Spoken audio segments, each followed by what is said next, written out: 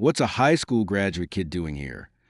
As he talked, the man scowled and I naturally recoiled.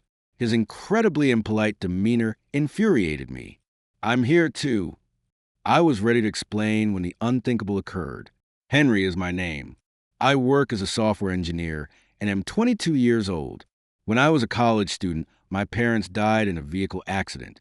I relocated a little further away to my grandmother's home. However, I chose to leave college and begin working because I could no longer rely on my old grandma. Greg Williams, the CEO of the business where my dad had spent many years working, was the person I contacted. Since both of my parents worked, I occasionally stopped by my dad's office, which was close to my childhood home, when I needed something. When my dad was a student, Greg had been a senior. Every time I visited, he would give me some candy and a warm smile, as he had known me since birth. He even contacted me to see how I was doing after my parents died and instructed me to get in touch with him if I ever needed anything. Although I felt humiliated to confess it, I had considered going back to school while living with my grandma. Additionally, the commute had grown considerably, so I concluded that the tuition was no longer worthwhile. I therefore dropped out of school. My teachers and friends tried to talk me out of leaving the information technology program because I had consistently received very high grades. However, I wanted to keep my hands off of my parents' fortune as much as possible, since I knew I would eventually have to take care of my grandma. With that in mind, I came to the conclusion that I had to make a life for myself. I reached out to Greg and told him what I was thinking. I could be open with my grandma about my concerns, but I didn't want to bother her. He consoled me when I even started crying throughout the call. His business had expanded considerably by the time I contacted him, and it even had subsidiary businesses. Greg recommended that I try working at one of those subsidiaries on a part-time basis. Academic credentials were not really important to the organization, but it was unusual for someone my age to work there. He made an exception and gave me a part-time position with the potential to advance to full-time work based on how well I performed. I had previously only worked part-time at eateries, but this position paid substantially more. And more significantly, I would be pursuing my lifelong passion of working in software engineering. I agreed right away. When I started working at the subsidiary, the department manager assigned as my mentor had once worked with my dad. I thought his face looked familiar, and I realized I'd seen him a few times when visiting my dad's office. Thanks to his mentorship, I went from handling simple tasks to working on actual software development. Henry, you're doing a much better job than most new graduates looking to become software engineers. He was confident in my abilities and vouched for me. Within a year, I was promoted to a contract employee, and now I work as a full-time employee. This year, at 22 years old, I received great news from my manager. Henry, you've been transferred to the main office. He told me this, and I nodded enthusiastically. I had been involved in major projects at the subsidiary and achieved good results. The transfer came because of those accomplishments. At 22, I was also the youngest employee in the main office. I even received a call from Greg himself. He wanted me to join a project he was launching. I knew my schedule would get much busier, but I found my work meaningful and wanted to support Greg, who had helped me so much. Before starting at the main office, I was asked to come in for a meeting. When I arrived at the main office and asked the receptionist, she told me that Greg's meeting was running late and that he'd be back soon. She contacted him and asked me to wait in the CEO's office. Following her instructions, I took the elevator to the third floor, where I encountered a man carrying documents. "Good morning." I greeted him and started heading toward the CEO's office at the end of the hallway, as directed. But the man called out to me in a stern voice, "Hey, take this." Without giving me a chance to respond, he shoved the documents into my arms. So I had no choice but to follow him. When we arrived at a conference room that was being prepped for a meeting, he said, "Set them up there." Then he casually sipped his coffee. Clearly, he had mistaken me for someone else. Well, I began to explain, but was cut off. New hires should just keep quiet and listen to what I say. I'm an elite on the fast track to promotion. You can't go wrong following me. He proudly bragged about being a department head and having graduated from a prestigious university. It seemed he thought I was a new recruit.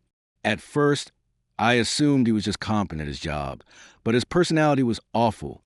"So, where'd you go to college?" he asked me with an arrogant tone. "I dropped out of college." I began to explain, but he interrupted me again. "Again dropped out? So you're just a high school graduate." Before I could continue, he bombarded me with more questions. "What's a high school graduate doing in our company? Who are you? You're not one of our new hires, are you?" He spoke rapidly, frowning the entire time. Even though his intensity was overwhelming, I managed to say, "I've been transferred here from a subsidiary, and I'm meeting with our CEO, Greg." But once again, he cut me off. "Oh, it's you." The man glared at me menacingly. "You're part of that project team. The CEO mentioned bringing someone over from the subsidiary, and you're just a high school graduate?" Nobody told me they were adding an incompetent kid to the team. Let me make one thing clear. The project leader is me. His words made my blood boil, but this person was supposed to be my superior. I clenched my fists and swallowed my anger. I wanted to push back, but I didn't know how to respond in moments like this. Seeing my hesitation, the department head chuckled through his nose. "I bet you pulled some strings. A high school grad getting hired here and even getting transferred to the main office? Who brought you? Useless kids like you never last. You better be ready to get kicked off this project." I needed to say something. "Well, I started to speak, but he grabbed his coffee and walked toward me. "Don't talk back to me. I'm an absolute authority. If you get removed from this project, you're heading straight back to that little subsidiary." Not knowing how to respond, I blurted out without thinking, "Oh, okay." The department head glared at me, and in the next moment, he poured the coffee over my head. Thankfully, the coffee had cooled, so it wasn't hot, but I was too stunned by his actions to even react. The bitter smell of coffee wafted through the air, and droplets hit the floor. The department head looked at the mess, pointed at me, and laughed. "You don't need to attend the meeting. Having a useless high school grad like you around is a waste of time. The meeting starts soon, so clean this up and get out of here." With that, he left the conference room. I was so humiliated that I couldn't move. A few moments later, the conference room door opened, snapping me out of my daze. "Shoot, I need to clean this up." Just as I thought that, I heard a familiar voice. "Henry, there you are." It was Greg. He looked at me and asked, "What happened here?"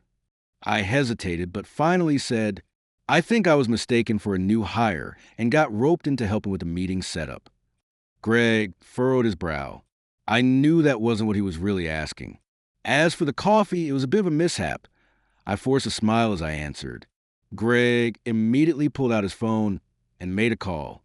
Within moments, a man hurried over and handed me a towel. He seemed to be Greg's assistant.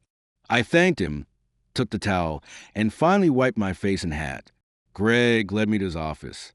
He directed me to the washroom, where I was able to wash my face and hair. The lingering coffee smell finally disappeared.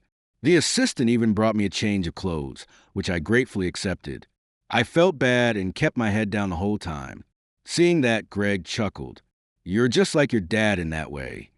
It was true. My dad had always been humble, and even Greg remembered him that way. "Your dad was a brilliant engineer. I'm sure you've inherited his talent." Hearing him speak so highly of my dad made me genuinely happy, since he was the reason I pursued this career in the first place. The next day, I reported to the main office.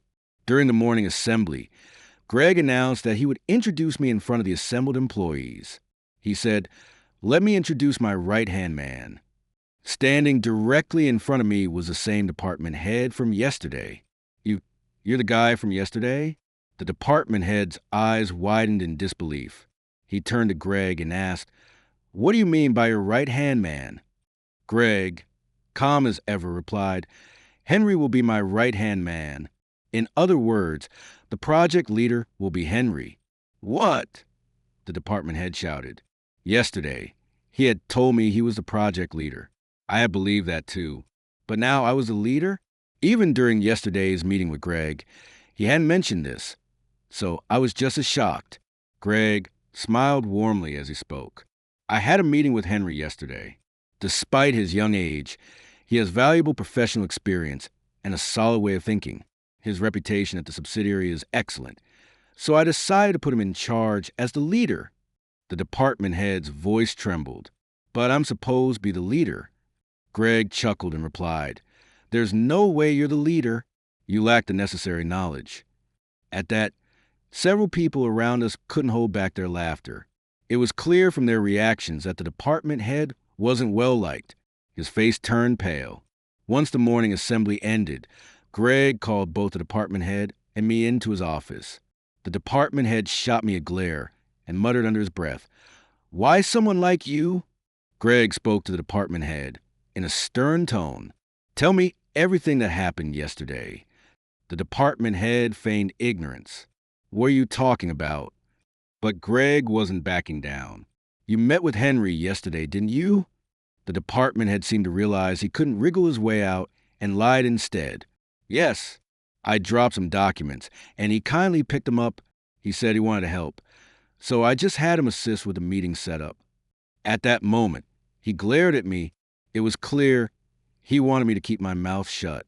However, before I could say anything, Greg spoke.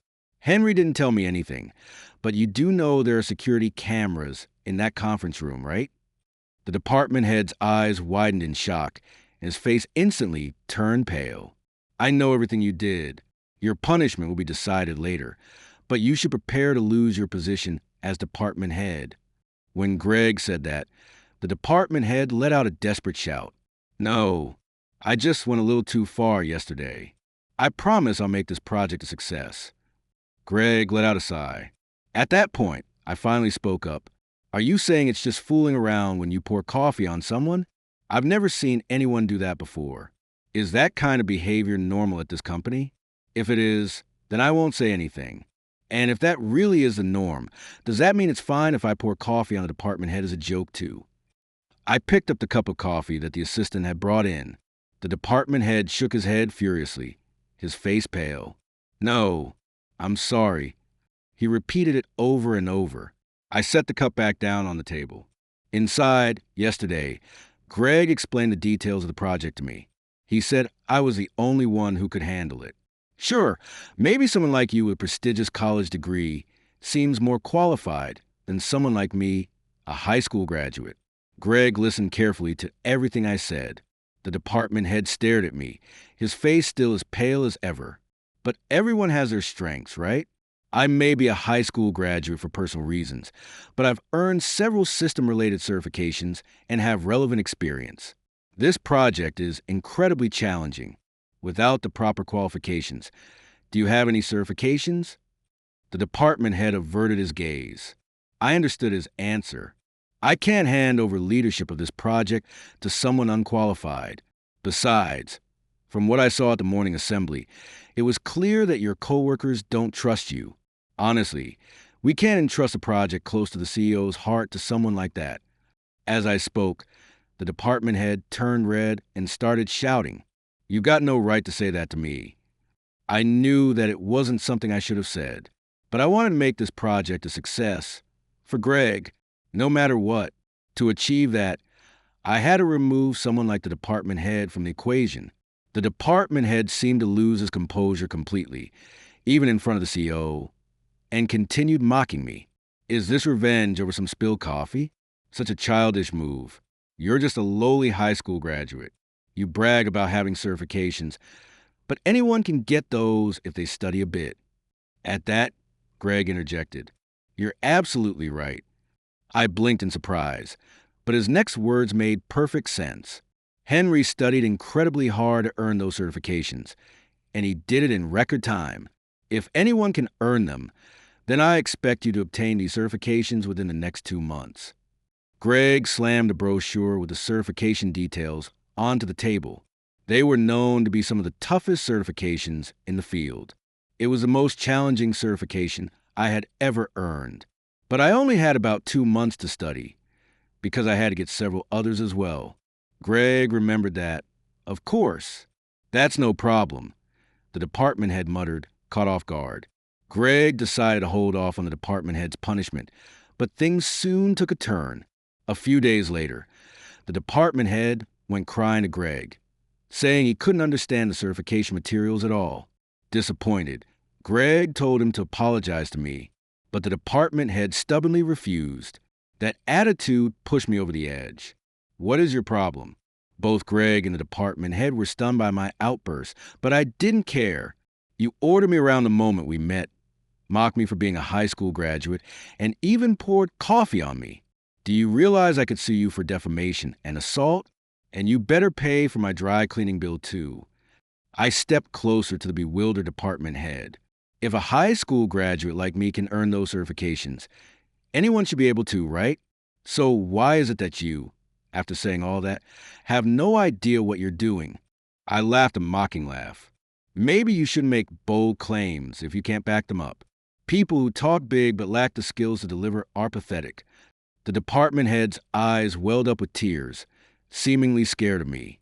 Finally, in a pitiful voice, he broke down crying. Why do I have to be humiliated like this by you? Greg sighed deeply. Henry is absolutely right. You need to reflect on your actions. You're being demoted starting next month, and your bonus will be cut. The department head pleaded with Greg. But what about my mortgage? Watching him grovel, I muttered, You reap what you sow. Greg nodded in agreement. The former department head, now a regular employee, worked under the disapproving gaze of his colleagues to pay off his mortgage. Word spread quickly about how he had poured coffee on me, and later broke down in tears when confronted. Some details were exaggerated, but his story became a source of amusement for the rest of the employees.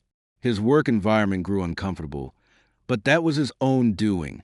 Although I gained reputation as someone who could lose his temper, I grew closer to my colleagues through the project. And thankfully, the misunderstanding was cleared up. The project was going smoothly, and Greg told me, choosing you for this role was the right decision. I owe everything to Greg for giving me this opportunity. I'll keep paying him back in any way I can.